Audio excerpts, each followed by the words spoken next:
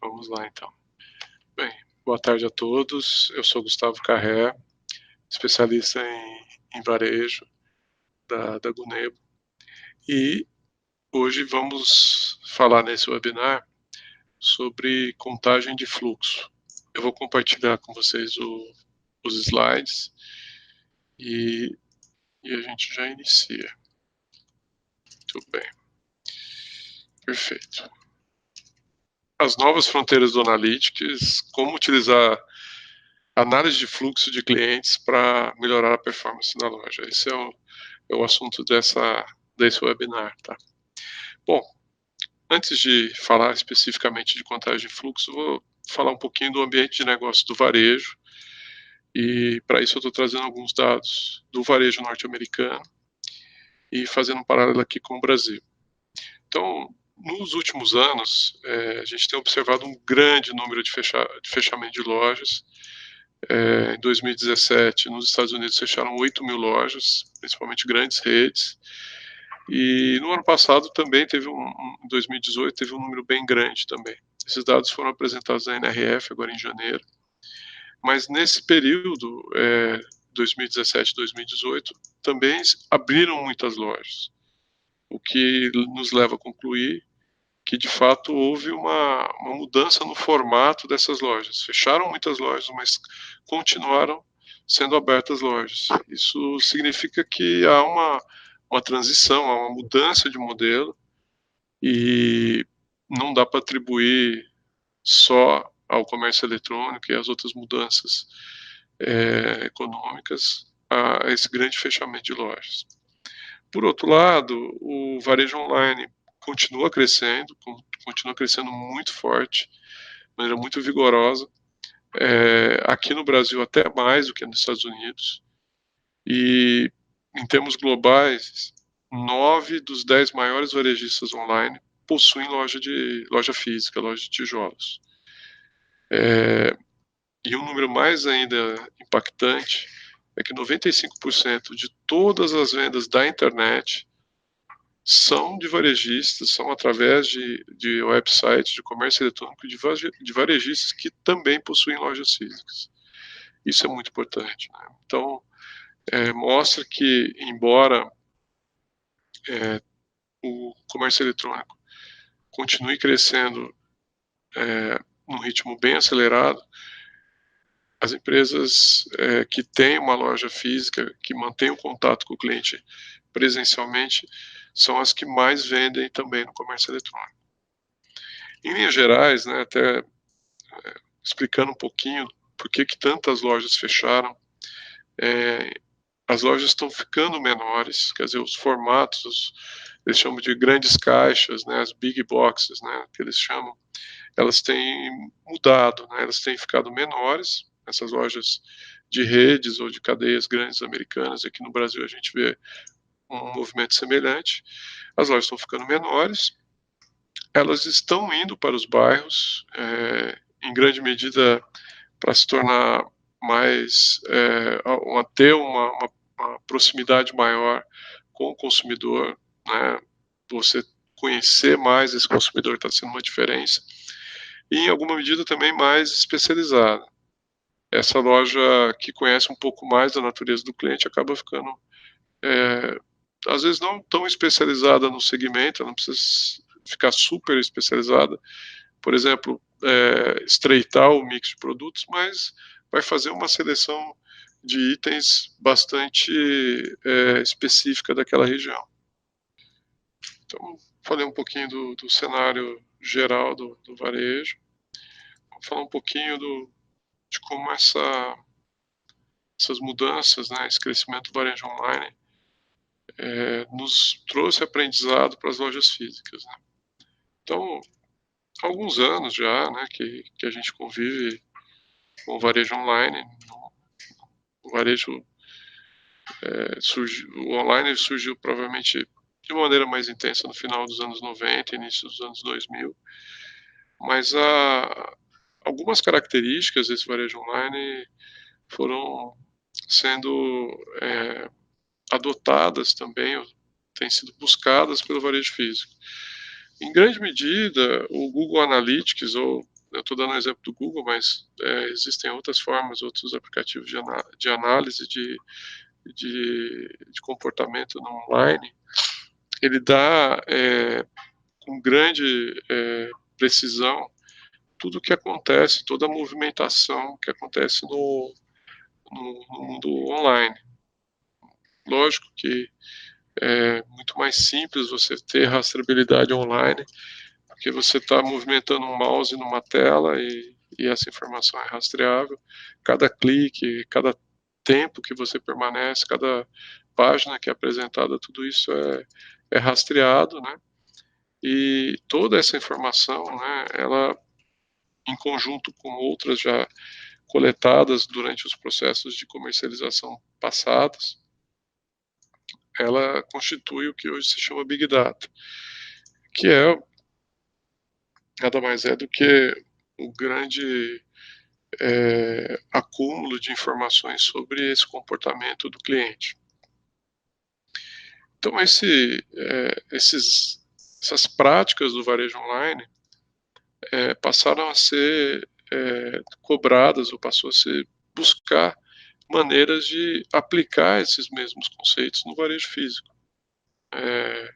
Fazer com que o varejo físico também fornecesse dados, né, Big Data, né, vamos chamar assim, para a melhoria dos processos decisórios das lojas. E nesse cenário, né, que contagem de fluxo e outras técnicas que eu vou falar aqui começam a ganhar força. Então, o que passou a ser cobrado, passou a ser desejado no varejo físico?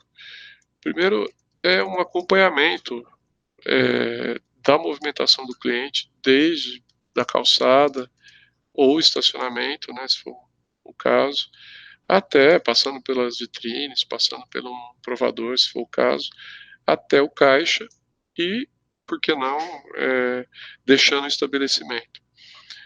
Isso no varejo online é muito simples, porque basicamente é a jornada de consumo por cliques, né? Você está clicando e cada etapa dessa fica delimitada pelos cliques ou pela movimentação do mouse.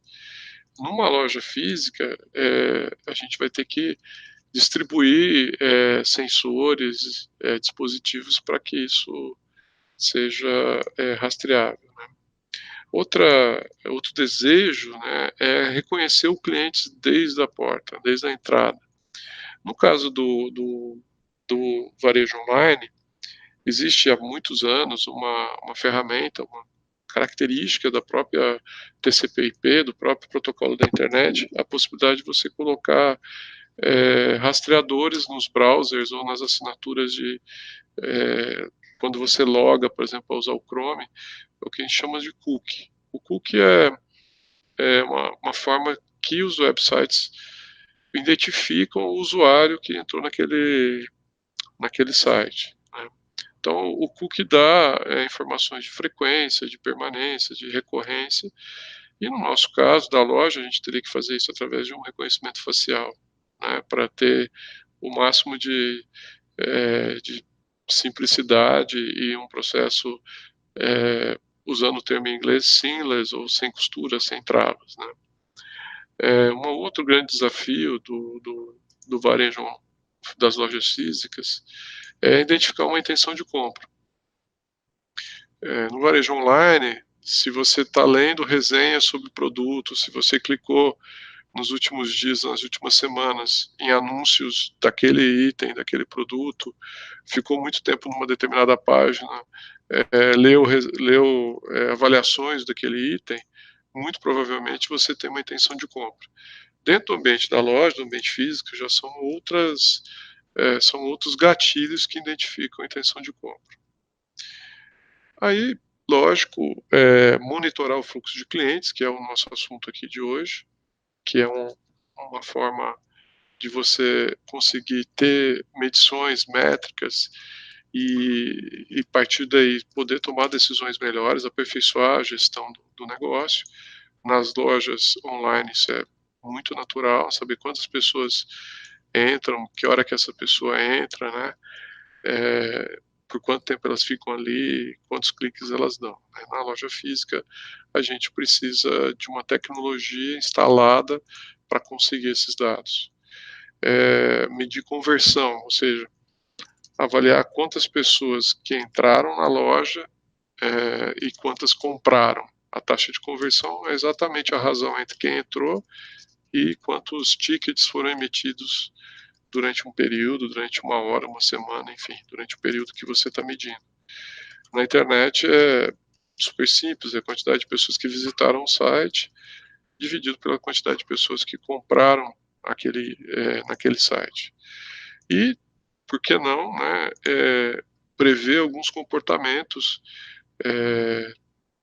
quando a gente fala de comportamento humano, a gente sempre tem uma ponderação a se fazer, assim, do tipo: "Ah, mas eu não me compo eu não", o que eu sempre ouço é assim: "Ah, mas eu não me comporto assim, eu não faço isso, eu não compro desse jeito".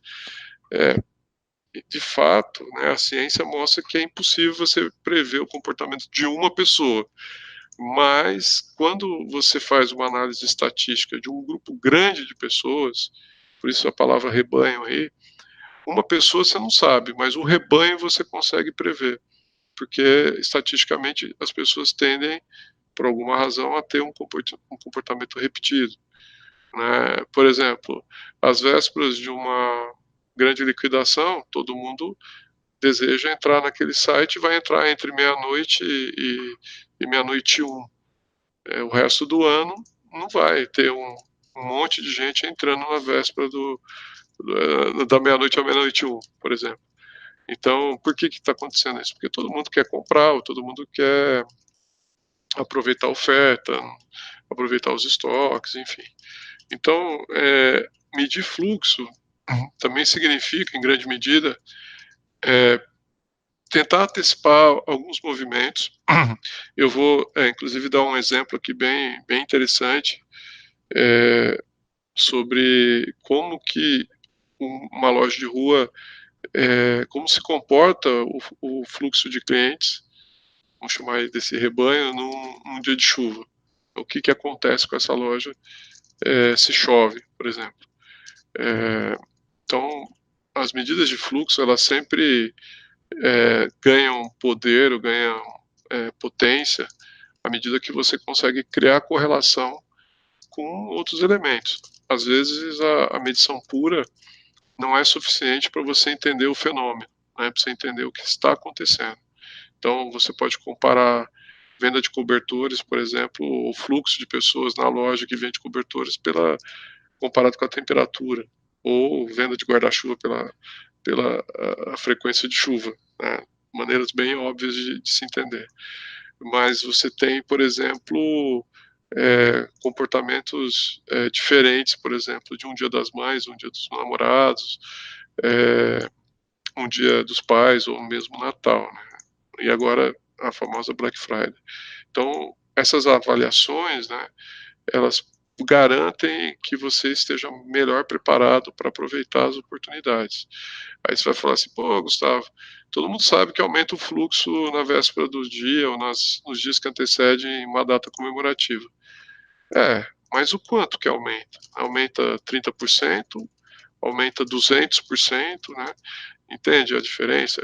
Se aumenta 30%, eu posso, de repente, conseguir atender só estendendo o horário, dobrando a escala, ou trabalhando com a minha equipe mesmo. Se de repente dobra, já vale a pena contratar um temporário. Vou dar um exemplo, simples e objetivo, como ter esses dados com precisão fazem diferença. Como falei há pouco, à medida que você começa a criar correlações entre a medição de fluxo e outros dados, o processo como um todo enriquece bastante. Imagina vocês que, se você tem lojas, em várias cidades ou em bairros diferentes, e você pode medir os comportamentos, comparar essas lojas, comparar esses comportamentos de consumo, né, dessa jornada do cliente, de maneira a poder aproveitar melhor a tua equipe, melhor os seus estoques, aproveitar o melhor dia para fazer a promoção. Pode ser que numa loja, seja na quinta-feira, em outra sábado, loja de rua tem um comportamento diferente, uma loja de shopping. Eu vou voltar ao exemplo da chuva. O que acontece um dia de muita chuva, de muito frio?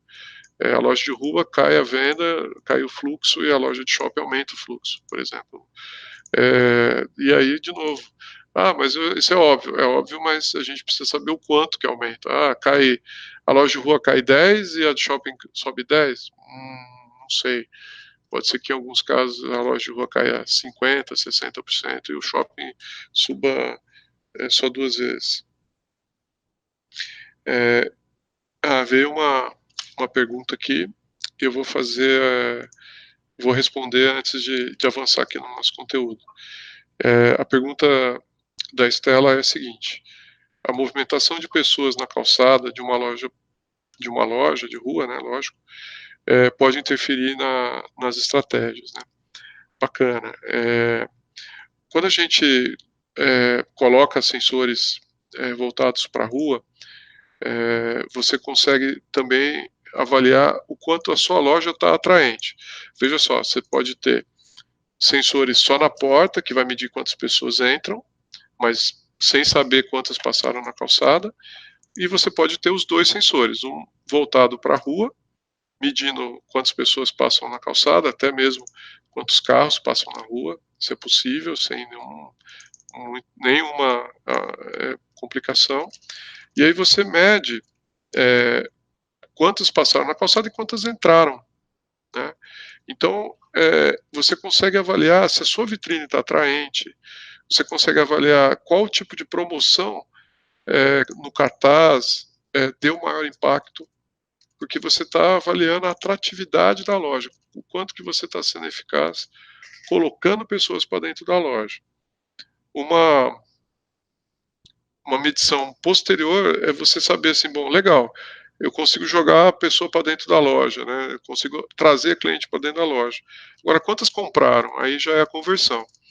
Então é esse gráfico aqui. A gente tem o fluxo, a atração e a conversão. Esse é um caso real, tá? Essa é uma loja de rua. Ela está uma medição de um período de 25 dias, 22 dias, na verdade, desculpa. Essa loja não abre de sábado, 22 dias, ela não abre de sábado. É uma loja real, tá?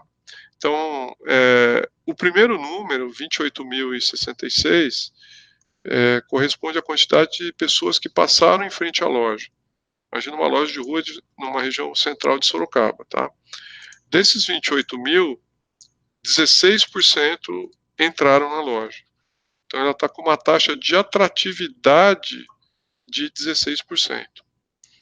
Aí dessas 4.397 que entraram na loja, 1.429, ou seja, 32,5% compraram alguma coisa. Essa é a conversão. Então, o fluxo total na calçada, 28 mil, coloquei para dentro da loja 4.400 aproximadamente, vendi para 1.400. Tá? Então, esse é um parâmetro muito forte para avaliar, por exemplo, que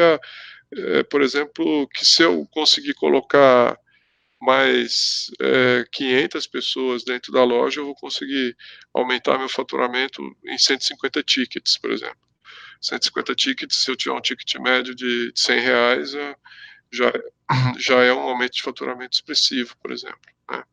Então, a gente consegue entender aonde que está acontecendo, onde que pode estar acontecendo algum problema, algum defeito, né? Uma falha, e aonde eu posso melhorar. 32% é uma taxa razoável para esse negócio, especificamente. Tem uma pergunta que eu sempre ouço: Gustavo, 16% é muito, 30% é muito? Existe uma variação muito grande entre diferentes negócios, né? Só para dar um exemplo, sapato feminino. É um processo onde a taxa de conversão é inferior, por exemplo, a joias, porque é muito mais é recorrente a mulher experimentar vários pares ou experimentar em várias lojas de sapato antes de fazer uma compra. Agora, quando uma mulher entra numa joalheria, a possibilidade de comprar é muito grande, né, a vontade, vamos dizer assim, já está declarada, porque não é uma compra corriqueira. Eu estou pegando aqui uma pergunta do Renato Mello, se vocês têm algum estudo de ambientação musical para a loja, para identificar a influência da música na experiência de compra. Bacana. O Renato, a gente, assim, fazendo uma visita no varejo mundial, né, fora aqui do Brasil, uma das coisas mais simples, assim, e fáceis de perceber é que o volume da música nos Estados Unidos é bem mais alto do que o volume das músicas das lojas no Brasil. Na Europa, você vai encontrar um pouco de, não é tão padrão. Você tem lojas com volume mais alto e lojas com volume mais baixo. Mas a resposta, sim, tem influência. A trilha sonora, sim, tem influência. Da seguinte forma, ela compõe, a trilha sonora ela compõe junto com os elementos visuais a experiência de compra. A música pode te acelerar uma compra, pode te retardar o tempo dentro da loja, fazendo com que você compre mais. Enfim, a música tem sim uma influência bem grande no processo. O fato da música ser mais alta nos Estados Unidos, para nós brasileiros talvez possa incomodar, mas eles já mediram que há uma venda maior, um envolvimento maior, vamos dizer assim, com a marca, com a loja, à medida que essa trilha sonora ela tem uma combinação, vamos dizer assim, ela tem uma coordenação com o que está sendo mostrado, com o que está sendo apresentado. Acho que eu vou voltar para o anterior, que aqui tem os dados, né, esses números aqui que eu estava discutindo com vocês, tá? Mas só para voltar e finalizar a questão da música, né, eu acho que seria muito bacana a gente avaliar com o contador de fluxo, fazer um estudo de tempo de permanência com uma determinada trilha sonora, né? Isso seria muito bacana, eu acho que seria excelente estatística, né, para a gente usar, tá? Mas não há dúvida que compõe a experiência. Eu vou ler uma outra pergunta aqui. Ao saber o fluxo de pessoas que entram na loja, se eu consigo saber quantas compram e quantas não compram. Muito bem, Estela. Na verdade, a contagem de fluxo, ela não consegue medir conversão. A conversão uma estatística que a gente tira a partir de uma integração com um software de frente de caixa. Então, aqui a gente pode ter o dado vindo do software de frente de caixa para o contador. Então, você compara o número de tickets emitidos naquela mesma janela de tempo com quantas pessoas estavam na loja, ou você envia do contador para o frente de caixa. Isso depende da forma como a loja, o empresário, quer observar esse dado. Em geral, as aplicações de fluxo de contagem, ela possui dashboards, né? Ou cockpits, enfim, onde você vê essa tela, inclusive é uma imagem de um cockpit, tá? Nesse caso, está tendo uma integração com o frente de caixa que está mandando esse dado para cá, que é a quantidade de tickets emitidos por dia, né, por hora, e aí eu consigo ver a conversão. Só o contador de fluxo não consegue medir conversão, é impossível, tá? Não é possível você tirar a conversão, tem que ter essa integração, tá? Eu vou mostrar aqui alguns exemplos, né, de imagens, né, que são utilizadas no processo. Então, essa é um cliente que temos aqui no segmento de farmácias, né? Então, essa é a posição onde fica o sensor, só para vocês entenderem em que ângulo que ele fica. E aqui são outros casos, né? Eu vou rodar esse vídeo aqui da esquerda, que é um vídeo de contagem de clientes na rua, né? Então, a gente consegue... Eu vou dar uma avançada no vídeo, que ele é longo. Deixa eu ver se eu consigo avançar ele um pouco para botar mais gente na... É, tem mais de 10 minutos de vídeo, mas o que é importante ver aqui, ó, aqui nessa região aqui da tela, você tem um risco, né, um risco roxo, que mostra o espaço onde a contagem acontece. E o número in e out é o número correspondente às pessoas que passaram, no caso, da direita para a esquerda e da esquerda para a direita. Então, eu consigo medir quantas pessoas passaram e até mesmo o sentido do tráfego, tá? O sentido do fluxo. Esse vídeo do lado, eu vou interromper o primeiro e vou mostrar um vídeo de contagem aí sim de loja. Uma loja de calçados, né? E aqui essa lista é a que define, essa faixa azul é que define a contagem, né? Então, porque a gente definiu aqui tentando até evitar que uma pessoa que não é compradora efetiva está utilizando, né? A gente pede, por exemplo, que os vendedores não ultrapassem essa região para não ficar contando de maneira repetida, né? E aí o cliente entra, é feita a contagem, né? E aí tem o registro aqui. Tá? Agora, como que esses dados podem ser apresentados? Quer dizer, como que isso vai ser visto no cockpit ou no dashboard de gestão? Né? Como é que é gerenciado isso? Vamos lá, vou mostrar para vocês que ele pode ser dado na forma de uma tabela. Aqui é uma tabela onde você tem na esquerda o fluxo de pessoas que passaram, aquela câmera da rua, né? Aquele sensor voltado para a rua, né? Gente, só para vocês entenderem, apesar de ser essa imagem uma câmera, são duas câmeras, é um software que processa. Então, vocês não estão investindo ou não é uma câmera que de segurança que está fazendo isso. Não, é um software rodando num equipamento proprietário, e essa imagem ela não é acessada em tempo real pelo dono da loja, tá? É só para exemplificar como é que é feita a contagem, tá? Então, o que você vê, na verdade, são esses números, né? Então, essa tabela da esquerda, ela tem o fluxo de passantes, ou a pessoa que passa na calçada, e a da direita, o fluxo de pessoas que entraram na loja, tá? Aquela loja de calçados lá. Essa aqui já é uma outra forma de apresentar os dados. Essa métrica foi tirada por um período de 2 semanas. Nesse caso, é um varejo de medicamentos, é uma drugstore. E ele foi feito com uma curva de calor, né, como se fosse uma curva de calor. Quanto mais vermelho, mais pessoas estavam na loja. Então, por exemplo, aqui dá para você identificar que terça-feira, às 18 horas, é o pico, né, de movimento. Na verdade, você tem um pico aqui das 18 horas até as 19, né, que tem uma grande quantidade de pessoas. Sábado é um pouquinho mais cedo esse pico e domingo é mais cedo ainda. Então isso já dá para ter uma ideia de como é que essa loja se comporta. No finzinho da noite, pouca gente, começo da manhã, pouca gente, e aí você já tem uma distribuição desse público ao longo das semanas.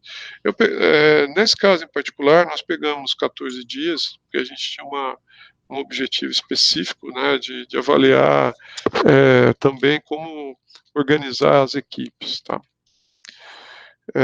Mais uma pergunta aqui que me chegou, que é bem bacana, né?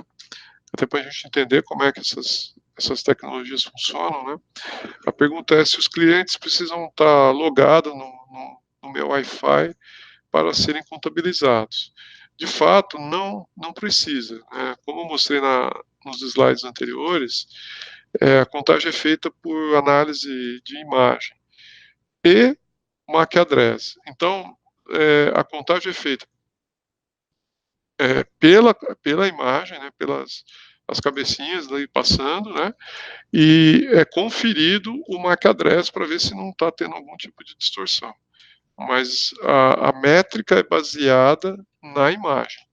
Então, se o cliente não está usando o celular está descarregado, ele vai ser contado, e não há necessidade nenhuma do cliente ter, em algum momento, feito um log na minha rede Wi-Fi para que isso é, para que isso venha a ser contabilizado de maneira precisa. Nós estamos falando, gente, só para você dar um número, o mercado hoje trabalha com uma estatística de 95% de precisão. 100% de precisão é muito difícil, né?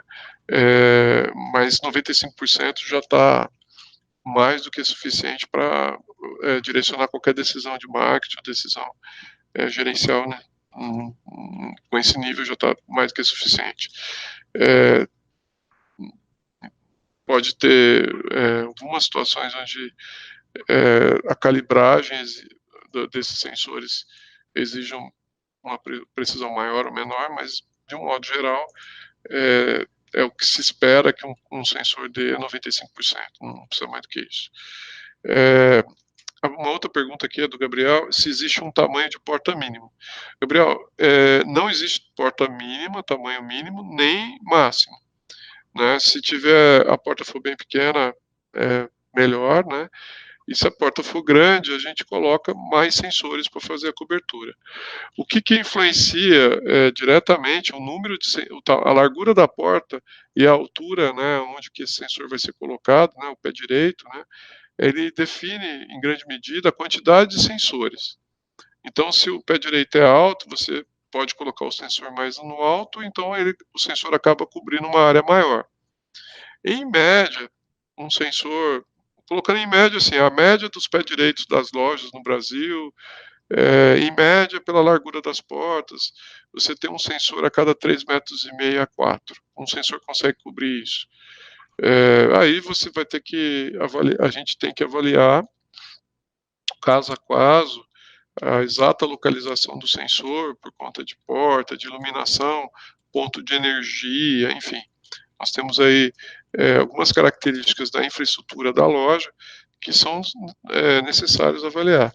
E é muito simples, viu, Gabriel? Para analisar isso, basta uma foto da porta de fora para dentro, né, de dentro para fora e de fora para dentro, que é feito esse dimensionamento, né. Lógico que se tiver as medidas precisas da altura e da largura, melhor ainda, mas em geral, só as fotos são mais do que suficientes para fazer esse dimensionamento. Eu vou mostrar um gráfico bem curioso aqui, que é aquele que eu citei mais cedo, sobre o que acontece com uma loja de rua quando chove, né. Essa é uma loja de centro, de cidade, né? E nesse dia eu estava analisando junto com o cliente, né? E essa curva aí chamou muita atenção, né? O que aconteceu nesse dia, né? O questionamento do cliente foi assim: o sensor parou, né? O sensor parou de funcionar. E aí eu falei: não tem nenhum relato aqui, porque o sensor ele tem um sistema de autoanálise, né? Então se tem algum problema, né, a gente também descobre, né, ele vai ser diagnosticado. Então teve uma perda de contagem, a gente vai saber que ele tem um branco, né. Tem uma diferença entre não contar e não ter o dado, né. Quando você não tem o dado é porque falhou mesmo, agora não contar não significa nada, né. Aí eu peguei, por que aconteceu nesse, era uma sexta-feira aí, né, um dia bem específico, acho que é 23 de março, se não me engano, não lembro exatamente. Aí ele falou: "Pô, esse dia teve uma tempestade aqui, entre 9 e 11 da manhã teve uma tempestade, né, entre 9 e 10, 9h30, 10h30 teve uma tempestade na cidade. As pessoas não saem da rua, né, não vão para a rua, caiu drasticamente o fluxo de pedestres e, consequentemente, caiu drasticamente o número de pessoas dentro da loja, né, só isso que aconteceu, né. E aí é bacana, porque, essa curva que aparece ali do lado direito, no meio da tarde, ela é normal, tá? Não choveu às 3 da tarde, não. Essa curva no final da tarde, depois das 14 cai mesmo o movimento. Mas houve um negócio interessante, teve essa queda, teve essa barriga aí, né, essa depressão aí no meio, mas naquele dia a quantidade de pessoas no total não diminuiu, tá? Não diminuiu de maneira significativa, tá? Mas explicou o fenômeno. Aqui é um outro tipo de análise, né, que a gente consegue observar um período, é aquela drugstore lá que eu comentei mais cedo, então é do dia 14 ao dia 24 do mês passado.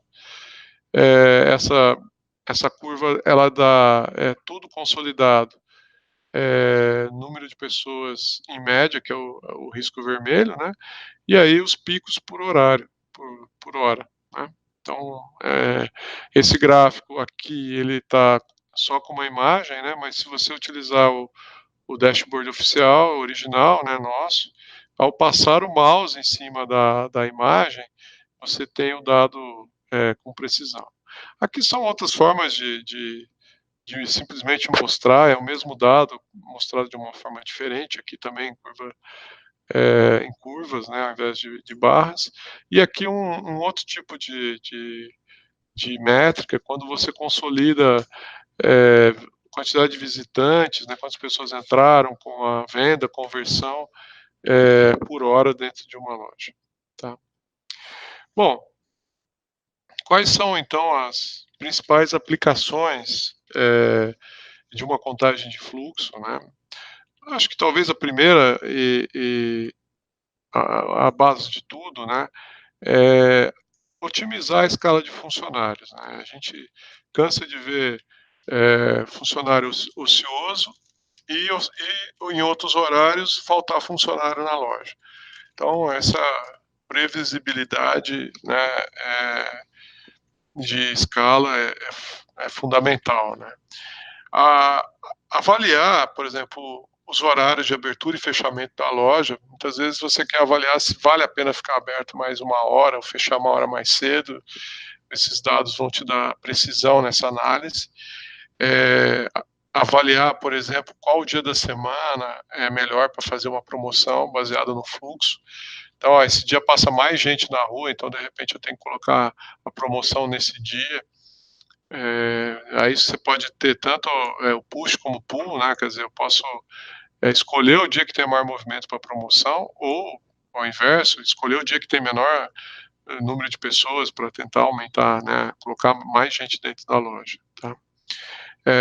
Medir a taxa, obter a taxa de conversão da equipe. A taxa de conversão é uma medida de vendas, é uma medida de esforço de vendas em grande, que, que, que permite você avaliar a tua equipe de vendas de uma maneira mais justa. Já tive várias situações onde, comparativamente, eu tinha em redes, né, em redes de loja, eu tinha lojas que supostamente eram as melhores, porque faturavam muito, a venda por funcionário, por vendedor era alta, só que ao fazer a medição, a taxa de conversão não era a melhor. Ele tinha venda alta, mas a conversão não era boa. Então, você tinha lojas, por exemplo, da mesma rede em bairros quase vizinhos, que a equipe não, repetidas vezes não cumpria a meta, só que a taxa de conversão era quase 60% mais alta. Quer dizer, ele tinha menos oportunidade de venda, só que aquela equipe era mais esforçada do que a outra, né? E foi bacana porque o dono tinha muito receio, não receio, questionava muito, né? Ele não acreditava, né? Eu falei, vamos fazer um teste, pega a tua equipe da loja que está com uma taxa de conversão maior, coloca para trabalhar na loja que está com a venda maior, né? E você vai ver o que vai acontecer. E foi exatamente isso que ele fez. Ele pegou, não a equipe toda, que não dava, mas ele pegou uma parte da equipe e mediu. A taxa de conversão na loja aumentou. Então, de fato, a equipe dele estava sendo julgada por um parâmetro impreciso, vamos dizer assim. Uma outra questão assim fundamental, né? Hoje você, pensando no mundo online, você faz um investimento em AdWords, você faz um anúncio, você faz qualquer medida de marketing digital, qualquer investimento de marketing digital, Facebook, Ads ou Instagram Ads, não interessa. Eles são extremamente rastreáveis. Então eu consigo calcular o retorno rapidamente. Pus tantos reais aqui, eu sei que isso gerou tantos visitantes ou tantas conversões, né, através do Pixel lá do Face, enfim, das rastreabilidades lá. Aqui no mundo real, a gente pode começar a ter isso também. Eu não consigo medir efetivamente a origem, como é no caso, né, mas eu consigo medir que aquela ação promocional botou mais ou botou menos gente dentro da loja. A influência disso é tão grande, assim, do mundo, os mundos online e offline são tão, são mutuamente influenciáveis que à medida que você tem a abertura de lojas físicas num bairro, daquela marca, aumenta o fluxo do e-commerce daquele bairro naquela loja. Vou explicar melhor. Por exemplo, vai abrir uma Magazine Luiza no bairro X. Ele abre a loja, a partir do momento que ele abre, as pessoas daquele bairro X entram mais no comércio eletrônico Magazine Luiza. Então, isso mostra que a loja física faz com que as pessoas entrem mais no comércio eletrônico daquela marca. E se a gente está acreditando nesse dado, que é facilmente mensurável, a gente tem que acreditar no inverso também, né? Que a gente consegue trazer o cara para dentro da loja, à medida que a gente usa uma ação cross-mídia, né? Aqui no Brasil não existe, acontece, mas não é tão intenso, mas nos Estados Unidos eles fazem muito cross-mídia com o Twitter, né? O Twitter é muito forte lá fora. Aqui no Brasil o Instagram e o Face é muito poderoso. Nos Estados Unidos o varejo usa muito o Twitter. Então, eles fazem campanhas onde você, para obter o benefício, você tem que ir numa loja física, ou usar o Twitter, ou destravar uma promoção visitando uma loja, ou destravar uma promoção visitando o Twitter. Então, tem muita ação cross-mídia. E é o único jeito de ser mensurado, no caso da loja física, se não for por esses mecanismos, através do contagem de fluxo. Então, mesmo um investimento que você hoje está fazendo no Instagram, um patrocinador, uma blogueira, enfim, você pode rastrear o resultado de uma ação dessa dentro da tua loja. E aí uma outra forma de utilização dessas tecnologias é avaliar impacto de vitrine, né, ou do próprio visual merchandising, os temas que você está explorando na vitrine, isso é medir atratividade. E também para o pessoal de design store, principalmente a turma do visual, que faz arquitetura de varejo, que faz projetos de varejo, para avaliar o impacto real que aquele projeto teve no fluxo. Então, você tem lá uma loja, você já tem uma medição histórica, né? Você já tem ali a contagem de pessoas, e a partir do momento que você faz a virada, você tem como medir precisamente o quanto que o trabalho, né, daquele designer, daquela loja, conseguiu trazer mais gente para dentro da loja. Indo para os finalmente, né, falar do G-Count Analytics, que é o produto que a Gunebo oferece para esse segmento, né, para contagem de fluxo. É um hardware é um hardware específico, não, como eu falei mais cedo, não é uma câmera que já existe na loja, um equipamento de terceiros que vai ser um equipamento específico para contagem de fluxo, embora ele use a câmera. Ele faz a análise da imagem também do MAC address, uma contagem, uma conferência dupla. Todos os dados, as informações, elas ficam protegidas na nuvem, ele está na nuvem, encriptado, tem redundância, e o acesso é via internet. Então, você não precisa ter nenhum tipo de sensor. Você não precisa ter nenhum tipo de equipamento dentro da loja no seu sensor, além do sensor. Não precisa de servidor, nada. Então, o sensor ele é conectado na sua rede Wi-Fi ou num cabo de rede. Essa informação sobe para a nuvem e você acessa 24 horas por dia, 7 dias da semana. O nosso modelo de comercialização é por locação, então outra vantagem é você não ter que comprar nada, o equipamento é instalado e você começa já a utilizar e ter acesso aos dados diretamente pela internet. Então, gente, para finalizar, eu acho que tem mais uma pergunta aqui do Gabriel. Se a instalação dos sensores é fácil, se precisa de infraestrutura ou de algum tipo de reforma. Olha, é muito simples a instalação, a gente só precisa de um ponto de energia próximo, né, do local ali da porta, a gente vai fazer a medição na porta, em particular, né, geralmente, mesmo que vai contar as pessoas da rua, a gente precisa ter ele próximo à porta, então é só um ponto de energia lá, 110, 220, tanto faz. E, e aí você tem duas formas de conectá-lo à internet, né, ou vai ser, ele já tem um Wi-Fi nativo, então se você tiver um roteador Wi-Fi, ele vai utilizar o seu roteador usando pouca banda dele de dados para subir essas informações, ou a gente, se você preferir, usar um cabo de rede. Aí a gente coloca um adaptador e usa o cabo de rede.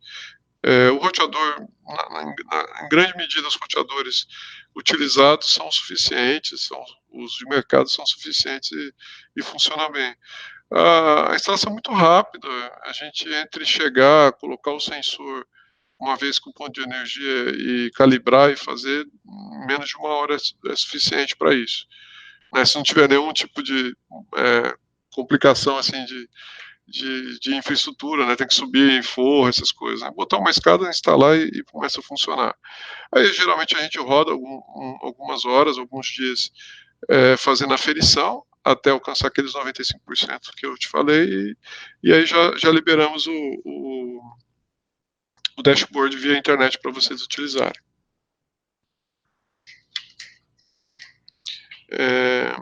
Aqui a Estela está falando também onde ficam instalados os sensores.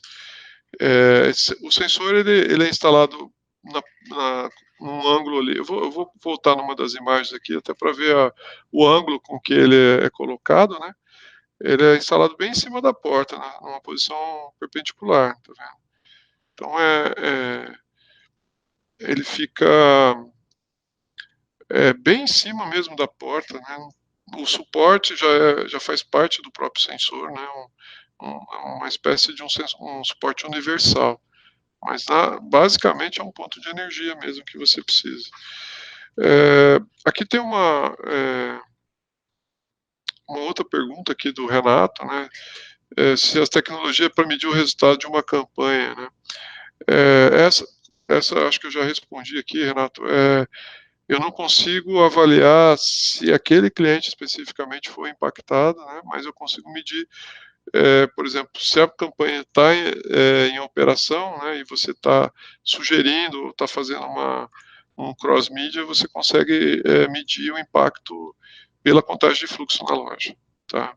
Não é um dado tão preciso que nem é na internet, que a rastreabilidade é plena, né? Só fazendo um parênteses aqui, a rastreabilidade é plena desde que você, o usuário, seu cliente, utilize o browser no modo normal. Se ele entrar no modo seguro, né, e anônimo, você também, mesmo na internet, mesmo no website, mesmo no comércio eletrônico, você não vai ter essa informação. Então, assim, 100% a gente nunca vai conseguir. Pergunta do Gabriel sobre as informações de contagem de fluxo, por onde que eu acesso. Você acessa por um portal, né, da nossa empresa. Um portal você entra com login e senha, né, e-mail e senha, e aí você tem um painel onde você coloca o período, a loja, e aí tem vários gráficos já pré-formatados, né, várias tabelas e gráficos pré-formatados que cobrem, sei lá, 90%, mais de 90% das necessidades, e se houver ainda assim um tipo de gráfico, um tipo de apresentação de métrica diferente, a gente também pode fazer para você. Mas você pode também definir quem tem acesso a cada uma das suas lojas, por exemplo, o regional, de repente, o gerente regional pode ver todas as lojas, mas o gerente de loja só consegue ler a própria loja, o diretor ou o gerente geral consegue ver todas as lojas, o regional só consegue ver as lojas que compõem a regional dele.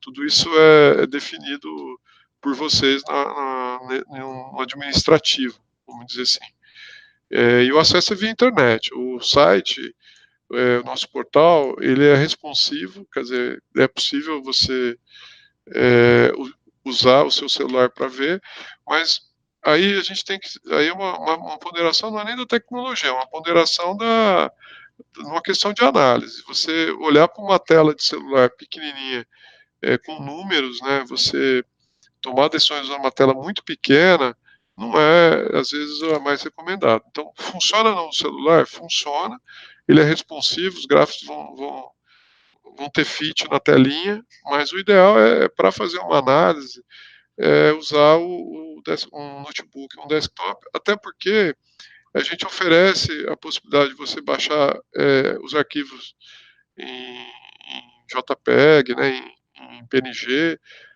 e também exportar os dados de forma via uma API, por exemplo, né, um web server, para que você integre com o dado do seu ERP, por exemplo. Caso você queira ver, confrontar esses dados, não no nosso dashboard, mas no dashboard, no relatório do ERP, a gente fornece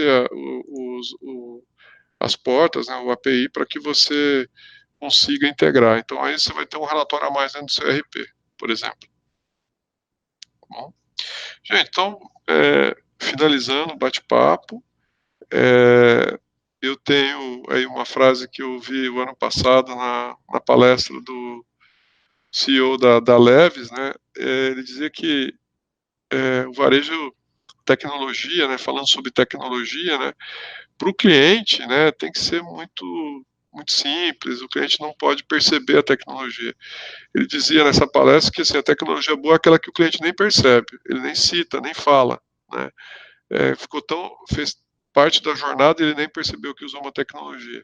Daí essa frase simples na frente, quer dizer, na frente eu estou querendo dizer o que o cliente vê, o cliente percebe, mas pode ser sofisticado na retaguarda, a análise pode ser uma análise bacana, sofisticada, detalhada, o sistema pode ser muito sofisticado para nós, né, para quem está aqui atrás do balcão, que vai aperfeiçoar, vai melhorar essa experiência, né, vai trabalhar esses momentos de contato da jornada, sem que o cliente perceba que isso está acontecendo por conta de uma tecnologia. Né? Pô, eu vou nessa loja, nunca tem fila. Por que nunca tem fila? Porque os caras analisaram lá o contador de fluxo e percebeu que o horário de maior fluxo era aquele, botou mais funcionário naquele horário, ou utilizou uma tecnologia mais avançada naquele horário, naquela loja específica. Então, mais uma vez, eu agradeço a participação e a presença de todos aqui no nosso webinar. E a gente vai responder todas as perguntas que vocês fizerem e que fizeram e que a gente não conseguiu. Então, a gente pega aqui o material e responde para vocês depois. Obrigado.